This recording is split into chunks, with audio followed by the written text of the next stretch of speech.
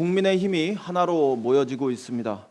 오산과 수원, 화성시는 업무 협약을 맺고 공동 방역 벨트를 구축하기로 했습니다. 광주시는 대구 확진자 60여 명을 모셔오는 달빛 병상 동맹에 나섰습니다. 충북과 대전, 경기도에서도 대구 경북 확진자들을 치료하고 있고 강원도도 동참하겠다고 밝혔습니다. 대구 시민들은 코로나로 어려운 식당에 식자재를 사가도록 하는 이른바 식자재 소진 운동을 벌이고 있습니다. 광주의 중학생들은 재활용품 프리마켓의 수익금에 세뱃돈을 더해서 대구 적십자사에 전달했다고 합니다. 종교단체들도 교육시설을 기꺼이 제공해 주기로 했습니다. 코로나19와 사투를 벌이고 있는 의료진들에게는 시민들이 보낸 응원 메시지와 성금, 물품 등이 줄을 잇고 있습니다. 국민의 마음이 하나로 모여 큰 강물이 되고 있습니다. 지자체, 기업과 국민의 연대 움직임이 들불처럼 확산되고 있습니다. 이번 코로나 사태를 슬기롭게 극복한다면 지금 우리의 이 연대는 훗날 제2의 금 모으기 운동으로 역사적인 평가를 받게 될 것입니다. 민주당도 많은 소임에 최선을 다하겠습니다. 국민과 함께 정부의 방역을 확실히 뒷받침하고 경제와 국민의 생업을 지키기 위해 모든 노력을 다하겠다는 말씀을 거듭 올립니다. 오늘 추경안에 대한 국무총리의 시정연설이 있습니다. 이번 추경은 첫째로 코로나19 방역을 위해 쓰일 것입니다. 음압병실과 음압구급차 확보, 방역 과정에 투입된 의료진과 자원봉사자에 대한 지원, 피해 병원 손실 보상 및 가장 시급한 마스크 공급 확대가 그 주요 내용이 되겠습니다. 둘째로 피해를 입은 민생을 돌보는 데 쓰일 것입니다.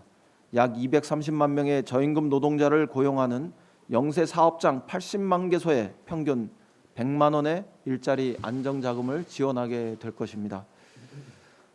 저소득층 189만 명의 월 평균 20만 원, 그리고 아동수당 수급자에게 추가로 월 10만 원씩 지역사랑 상품권을 지급할 수 있는 길도 열립니다. 중소기업 소상공인에게 7조 원 규모의 융자 및 보증을 제공하고 청년과 노인 일자리를 지키는 사업도 확대되게 됩니다. 마지막으로 피해가 가장 컸던 대구 경북 지역은 중소상공인 긴급자금 1조 4천억 원을 포함해서 특별 지원도 할 예정입니다. 세계는 이미 코로나 사태 그 이후를 대비하고 있습니다. G7은 코로나19에 대응하기 위해 재정정책과 통화정책을 포함해 적절한 모든 수단을 동원하려고 합니다. IMF와 월드뱅크 역시 지원을 아끼지 않겠다고 약속을 했습니다. 미국 연준도 2008년 이후 처음으로 정책금리를 0.5%포인트 인하했습니다. 일본 중앙은행은 긴급 유동성을 확대했고 또 이탈리아도 코로나에 대응해서 재정을 보강하는 조치를 취하고 있습니다. 이번 추경은 이러한 국제사회의 노력과도 정확하게 궤를 같이 하고 있습니다. 민주당과 정부는 국제사회와 발맞춰서 코로나19 전개 상황에 따라 추가 대책이 필요한 경우 과감한 정책을 펴는데 주저하지 않을 것입니다. 선거구 획정위원회에 부탁드립니다. 선거구 획정위원회는 국회 합의에 기초해서 가장 빠른 시간 내에 선거구 획정안을 제의해 줄 것을 요청합니다. 여야는 어제 선거구 최소 조정과 구역 조정 최소화의 원칙에 따라 새로운 합의안을 마련했습니다. 여야 합의가 늦어진 점은 국민 여러분께 매우 송구하다는 말씀을 전합니다. 그렇지만 선거구 획정위는 여야 합의를 존중해서 신속하게 새로운 획정안을 마련해 주실 것을 거듭 부탁드립니다. 여야는 지역 대표성을 강조하는 공직선거법 정신을 존중하고 선거구 최소 조정과 구역 조정 최소화를 기준으로 삼기를 바랍니다.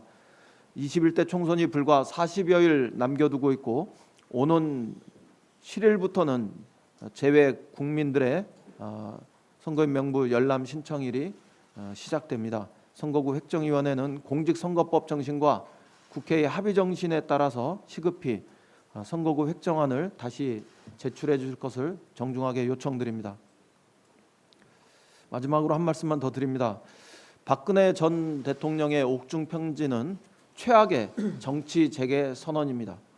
국정농단을 반성하기는커녕 다시 국민을 분열시키는 정치 선동에 전직 대통령이 나선 일은 참으로 안타까운 일입니다. 국민에게 탄핵당한 대통령이 옥중 정치로 선거에 개입하려는 행태도 묵과하기 어려워 보입니다. 황교안 대표는 박 전 대통령의 애국심이 우리의 가슴을 울린다며 총선 승리로 부응하겠다고 밝혔습니다. 참으로 유감스럽고 또 유감스러운 이야기입니다.